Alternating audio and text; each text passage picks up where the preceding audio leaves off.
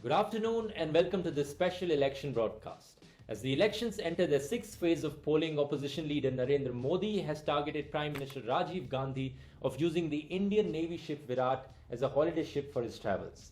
He's accused the sitting Prime Minister of taking his whole family on a vacation to an island in that ship. Additionally, Modi has accused Prime Minister Rajiv Gandhi of being corrupt number one while campaigning against him. Oops, looking at the time, it seems like I'm in the wrong time. So let's go back to the present 2019. This week, PM Modi challenged the Congress party to use Rajiv Gandhi as an election issue for the remaining phases of election. Yes, you heard that right, Rajiv Gandhi. That means no jobs, no employment, no Vikas, but Rajiv Gandhi should be the issue for 2019 elections according to Modi. The same Prime Minister who died 28 years ago.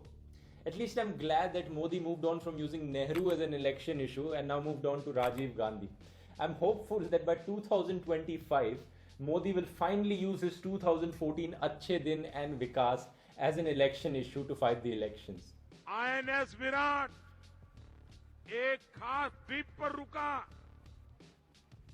10 दिन तक रुका रहा।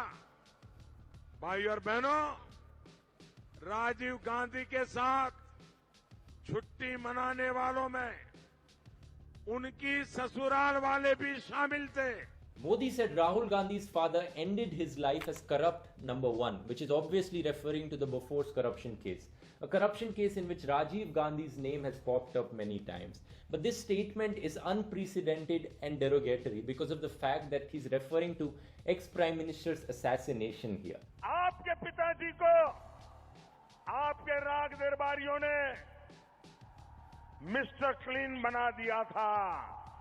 गाजे बाजे के साथ mister clean चला था, लेकिन देखते ही देखते भ्रष्टाचारी नंबर 1 के रूप में उनका जीवन काल समाप्त हो गया।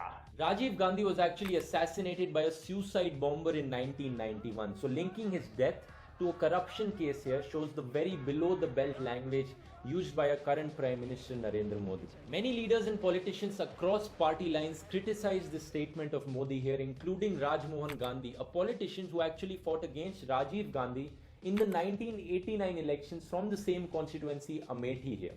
Now, Rajmohan Gandhi says that when he was fighting the elections in Amethi in 1989, Bofors was never a major issue here. He said the major issue was media independence. He also said that no MP, government or opposition seemed to think Rajiv Gandhi is personally corrupt back then.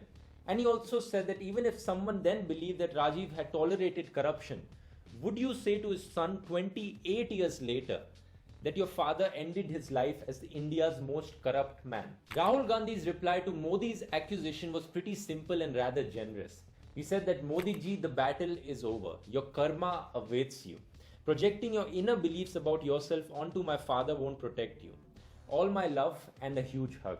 आप मेरे पिता के बारे में, माता के बारे में, नाना नानी, दादा दादी, सबके बारे में जो कहना है आप कहो, मगर एक बात समझ लो और अच्छी तरह समझ लो, मैं कांग्रेस पार्टी का नेता हूं। आप मेरे ओर जितनी भी नफरत फेंकोगे, मेरे दिल से सिर्फ प्यार वापस आएगा। On Monday evening, as many as 207 Delhi University teachers wrote a joint statement against Modi for his derogatory and untrue remarks regarding the previous Prime Minister Rajiv Gandhi. And just one day later, on Tuesday, it was followed by 121 teachers writing a statement in favor of Narendra Modi and against Rajiv Gandhi, calling him a corrupt. But the level of political discourse in this elections has fallen so low in our country that, what can I say, that you cannot even imagine it. BJP's South Delhi candidate called Arvind Kejriwal a This is a word that I cannot even say it on TV right now. That's why this word is beeped out. You can imagine the kind of abuses our politicians have started giving in this election season for their campaign. दलाल को लोग बोलते हैं हमारी देहाती भाषा में, तो जो का तो शासन के लिए वो किसी भी कीमत तक किसी से भी सौदा कर ले को बोलता है देहाती भाषा में। But let's come back to Modi's statement on Rajiv Gandhi being corrupt number one. This is a very interesting statement because all throughout his political career, Rajiv Gandhi's name popped up in only one corruption case, which was the Bofors corruption scandal. Now, Bofors corruption case, alleged scam, was a 1980s scam. The first time the charge sheet was filed in this case was in 1999 under the Atal Bihari Vajpayee government. The CBI named Rajiv Gandhi in this charge sheet. This case saw many twists and turns over the next 5 years, but without making much progress with regards to proving the corruption allegations against the accused. 2 months before the 2004 Lok Sabha elections, Delhi High Court quashed all charges of bribery against Rajiv Gandhi and gave him a clean chit.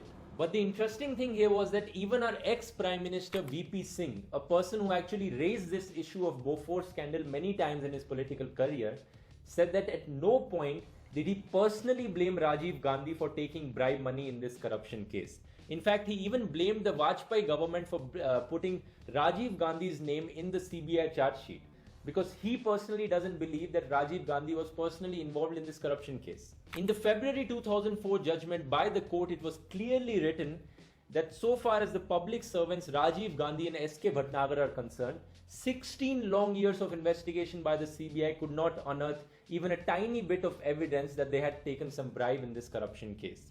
So consider this, since 15 years, a clean chit has been given by the court. Since 28 years, our ex-Prime Minister has been dead. And now in 2019, Prime Minister Narendra Modi thinks that this should be a big issue.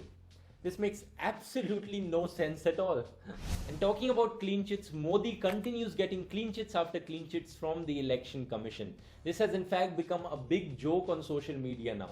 In total, more than 8 clean chits have been given by Election Commission to Prime Minister Narendra Modi for his controversial remarks and his speeches. And this includes speeches where Modi openly asked for votes in the name of Pulwama martyrs. And it also includes speeches where Modi categorized opposition politicians on the basis of religion in their constituency. UP में ही कैसे बिजली जैसी बुनियादी सुविधा भी vote bank के आधार पर दी जाती थी। घरों का आवंटन हो या गैस कनेक्शन, सब कुछ जाति और पंथ देखकर किया जाता था। But it turns out that these clean chits have actually caused a split within the Election Commission. Election Commissioner Ashok Lavasa disagreed on giving clean chits to Narendra Modi and Amit Shah in at least 4 different occasions. Now this Election Commission is actually a 3-membered body. So even if Ashok Lavasa, one election commissioner, was not in favor of giving a clean chit, the other 2 members were in favor of giving clean chits. And that's why this result happened. But it's nice to know that at least there was one dissenting opinion in the Election Commission also. In another news, the National Sample Survey Office of India, the NSSO, released a new study last week which shows some shocking results. It was found out that as much as 36% of the companies that are a part of MCA21 database, a database which is used in calculation of India's GDP, 36% of the companies either could not be traced or they were wrongly classified. This practice of using the MCA21 database of companies started in 2015 when the new GDP series was launched. Even back then it was criticized by many economists, and now many critics point out to this fact that in this database there are many ghost companies, fictitious firms that exist only on paper and not in the reality. They say that this methodology actually tends to overestimate our GDP growth rate. So if these fictitious firms are removed, in reality, our GDP growth rate may fall down. And it's not the first time these accusations of data manipulation have been made in regards to the present Modi government. They have also been accused of burying down the unemployment report by the NSSO and not releasing farmer suicide data. Also in the last week, Supreme Court dismissed the plea of Tej Bahadur to contest elections from Varanasi. They also dismissed the plea questioning the Rahul Gandhi citizenship, which I talked about in the previous video. And they also dismissed the plea of opposition parties, the review petition of opposition parties seeking at least 25% VVPAT verification in the EVMs. 2 months back, 21 opposition parties had gone to Supreme Court to demand that at least 50% of the EVM results should be verified by the VVPAT. The Election Commission said that it would take them 6 extra days of counting to get to the results if they start doing this. On April 8th, Supreme Court increased VVPAT verification to 5 EVMs in each assembly constituency for greater satisfaction. On April 22nd, 21 opposition parties filed a review petition because they wanted at least 25%, if not 33 or 50% of the EVMs to be VVPAT verified. And on May 7th, as a big setback to the opposition parties, the Supreme Court refused to review its April 8th judgment. They said only 5 VVPAT verifications per assembly constituency will be done for the EVM. Talking about fake news, the biggest fake news is regarding booth capturing in Amethi. Smriti Irani posted a video on her social media where a woman can be seen accusing of booth capturing by Congress President Rahul Gandhi. But when Chief Electoral Officer of Uttar Pradesh investigated, he found out that these allegations were baseless and the claims that were made in the video were actually fabricated. जबरदस्ती हाँ हाथ पकड़ के इसे button कहा था ये अपने आप पंजा बताए थे हम तारे जात रहे नो पर कमर तो वो पंजा बताए. And in a completely different case, the official Twitter account of Congress was caught tweeting misinformation, which was exposed by Alt News later. It claimed that Modi government secretly transferred 200 tons of gold from the RBI out of India to Switzerland in 2014. But when Alt News investigated on this, they found out that this claim was completely false. If you found this video informational and enjoyable, please share it on your social media and do subscribe to my YouTube channel, youtube.com/Dhruv Rathi, if you want to see more such political information and educational videos. We'll see us in the next video. Dhanyavad.